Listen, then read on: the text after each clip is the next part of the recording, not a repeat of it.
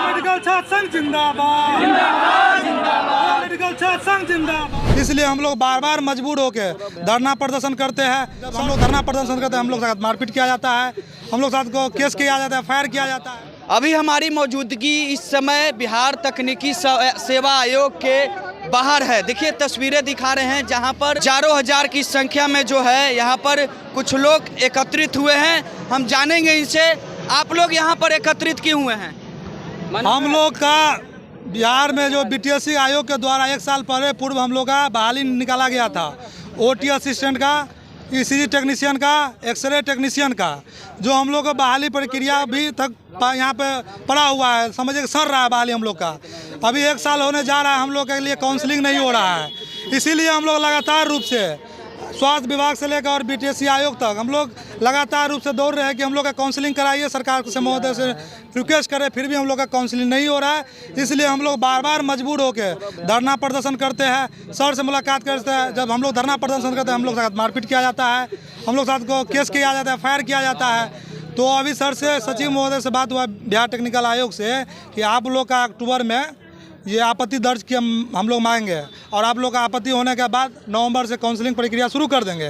तो हम लोग का अभी सीधा चेतावनी है कि अगर आप नवंबर तक काउंसलिंग नहीं कराते हैं तो हम लोग को जो धरना स्थल है गर्दनीय बाग में लगातार रूप से कंटिन्यू रूप से हम लोग धरना प्रदर्शन में बैठेंगे और जब तक हम लोग का काउंसलिंग नहीं होगा तब तक गर्दनीय बाग में हम लोग का धरना चलते रहेगा। पिछले 1 साल से आपने कहा कि 1 साल से हम लोग का मांग जो है वो जारी है। कई लोगों से भी मिले, लेकिन अधिकारी लोग से भी आप लोग न मिले। देखिए अधिकारी से भी मिले और वर्तमान स्वास्थ्य मंत्री सह उप मुख्यमंत्री महोदय से भी मिले। अच्छा। लेकिन उनका कहना था कि ये सब 15-20 दिन में शुरू हो जाएगा। आज महीनों बीत जाने के बाद हमको लगता है 8 मई को हम लोग उप मुख्यमंत्री महोदय से मिले थे और उन्होंने कहा था कि 15 दिन महीना दिन में ये शुरू हो जाएगा। लेकिन आज कई महीना बीत जाने के बाद भी कुछ नहीं हुआ है, कोई प्रोसेस आगे नहीं बढ़ा है। राज्य के हम लोगों को प्रशिक्षित बेरोजगार पैरामेडिकल छात्रों के भविष्य की तो चिंता है ही, राज्य के 13 करोड़ आम आवाम के स्वास्थ्य की भी हम लोग को चिंता है कि आज जो पीएमसीएच, डीएमसीएच, एनएमसीएच जैसे इंस्टीट्यूशन में वो एक ऑपरेशन कराने के लिए एक मरीज का 500 के बाद वेटिंग रहता है, उसका 2 महीना 4 महीना में भी नहीं होता है। तो हम लोग चाहते हैं कि जब तक ओटी असिस्टेंट नहीं रहेगा तो वो कैसे ऑपरेशन होगा, कोई एक्सरे टेक्नीशियन नहीं रहेगा तो कैसे उसका एक्सरे होगा, ईसीजी टेक्नीशियन नहीं रहेगा तो कैसे ईसीजी होगा। तो सिर्फ अस्पताल के लिए नई नई बिल्डिंगें बना रहे हैं लाखों करोड़ों रुपए की लागत से, तो स्टाफ भी तो चाहिए।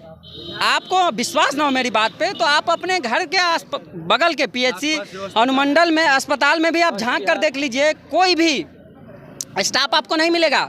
लाखों करोड़ों की मशीनें हैं, वो बस ऐसे ही चल रहा है। उसमें 5 साल बाद फिर से उस मशीन को टेंडर कर दिया जाता है नया। जायज मांग क्या है आप लोग? देखिए जायज मांग है कि पारा मेडिकल कर्मियों की नियुक्ति जो पेंडिंग है, ओटी असिस्टेंट 1096 पद है, एक्सरे टेक्नीशियन 863 पद है और ईसीजी टेक्नीशियन का 163 पद है, जो पेंडिंग है उसका यथाशीघ्र काउंसलिंग कराकर सभी को पदस्थापित करें, जिससे स्वास्थ्य व्यवस्था मजबूत होगी और राज्य के आम आवाम को भी बेहतर सुविधाएं मिलेगा।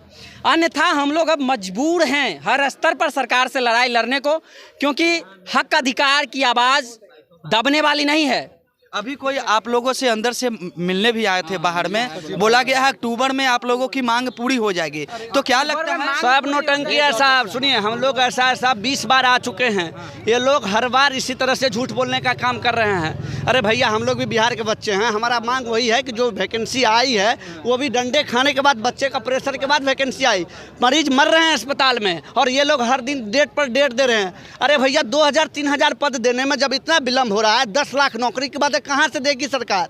अगर आप 3000 अगर पद है स्वास्थ्य विभाग में, कह रहे हैं कि 5 लाख पद हम लोग स्वास्थ्य विभाग में देंगे, 3000 तो आप दे नहीं रहे हैं, 3 साल होने जा रहा है, कहाँ से देंगे? अधिकारी को निश्चित तौर पर अंदर से दबाव होगा, इसलिए लेट हो रहा है ना। इससे पहले जो वैकेंसी का हम लोग मांग कर रहे हैं, उससे पहले जो आई, जो विज्ञापन पहले आया वो लोग अभी पेंडिंग है, जो बाद में आया वो क्लियर होने के कारण। ऐसे क्यों हो रहा है भाई?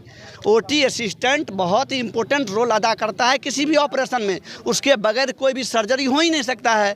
ईसीजी टेक्नीशियन टेक्नीशियन का उतना ही इंपॉर्टेंट है। बिना एक्सरे टेक्नीशियन का आप एक्सरे ही नहीं कर सकते हैं अस्पताल में। आप देखिए मरीजों का लाइन लगा हुआ, जाइए NMCH PMCH जाइए, मरीज मर रहे हैं, बाहर जाने को मजबूर हैं, वो वहाँ पे जा नहीं सकते हैं, बाहर में पैसा लगता है, यहाँ पर स्टाफ नहीं है। एक स्टाफ 2 स्टाफ कितना करेगा। हम आदरणीय स्वास्थ्य मंत्री से और जो हमारे आदरणीय अधिकारी महोदय से कहेंगे कि सर 3000 पद है, आप लोग से हाथ जोड़ विनती आती, शीघ्र इसका काउंसलिंग करवाइए और जितना जल्द हो नियुक्ति। अब बताइए, चुनाव का समय घोषित हो रहा है, बच्चे यहाँ सड़क पर लगातार आ रहे हैं, ऐसा नहीं कि एक बार आ रहे हैं। चुनाव होने के बाद जब घोषणा हो जाएगी तब आप शुरुआत करेंगे क्या? हम लोग मांग आप लोगों की क्या है? देखिए, उचित मांग है हम लोगों का ओटी असिस्टेंट, एक्सरे टेक्नीशियन और ईसीजी टेक्नीशियन का जो बहाली पिछले 1 साल से ज़्यादा समय से लटकी हुई है, उसे समय से पूरा करें और बिहार की जनता को 13 करोड़ बिहार के आम आवाम को स्वास्थ्य सुविधा बेहतर मुहैया कराई जाए। नहीं अगर पूरा होता है तो क्या किया जाए? हम लोग धरना देंगे, स्वास्थ्य विभाग के यहाँ जाएंगे, तहसील के आवास पर जाएंगे और क्या करेंगे, यही करेंगे, धरना देंगे। चलिए, तो देखिए लगातार पिछले 1 साल से ये लोग की मांग है कि हम लोग लगातार जो शिक्षा मंत्री हैं, माफ़ कीजिएगा, जो अधिकारी हैं, उन लोगों से भी बात किए, स्वास्थ्य विभाग से भी बात किए, लेकिन किसी के द्वारा हम लोगों की बातों को नहीं सुना गया। और हम लोग लगातार पिछले कई दिनों से अपनी मांग को लेकर कई अधिकारियों से भी बात की, लेकिन कई अधिकारी से बात होने के बावजूद हम लोगों की मांग वो पूरी नहीं हुई। अभी इन लोगों का कहना है कि कोई अधिकारी आए बाहर में बोले कि आप लोगों की बातों को सुना जाएगा, अक्टूबर तक सुना जाएगा, लेकिन इन लोग का साफ तौर पे कहना है कि अगर अक्टूबर नवंबर तक हम लोगों की मांग को अगर सरकार पूरा नहीं करती है तो आने वाले समय में हम लोग गर्दनीबाग धरना स्थल पर आमरण अनशन करेंगे, अनिश्चितकालीन धरना पर बैठेंगे। फिलहाल इस खबर में इतना ही। खबरों के साथ बने रहें और देखते रहें फर्स्ट बिहार झारखंड। धीरे धीरे से मेरी जिंदगी में आना, धीरे धीरे से दिल को चुराना। नमस्कार, मैं अनुराधा पौडवाल 26 नवंबर को पैनोरमा स्टार सीज़न 6 के कार्यक्रम में पूर्णिया बिहार आ रही हूँ। मुझे पैनोरमा ग्रुप के निर्देशक संजीव मिश्रा जी ने बुलाया है, तो हम सब मिलते हैं पैनोरमा होम्स में शाम 7 बजे। नमस्कार। ये लो, मुंह मीठा करो, आज मैंने अपना जॉब छोड़ दिया, अब हम पूर्णिया वापस जाएंगे। जॉब छोड़ दिया है? मतलब ये घर कैसे चलेगा? हम करेंगे क्या? और माँ बाबूजी क्या बोलेंगे? इसलिए मैं एक और मिठाई का डब्बा लाया, अपने बिजनेस के लिए लोन अप्रूव हो गया। अरे लोन अप्रूव हो गया वो तो ठीक है, लेकिन पूर्णिया में हम रहेंगे कहाँ? अपना घर भी तो नहीं है वहाँ। इसलिए तो एक और मिठाई का डब्बा अलग से लाया हूँ। हमने पूर्णिया में घर ले लिया है, पूर्णिया के होम्स पैनोरमा में। पूर्णिया में पैनोरमा ग्रुप लेकर आए हैं होम्स पैनोरमा।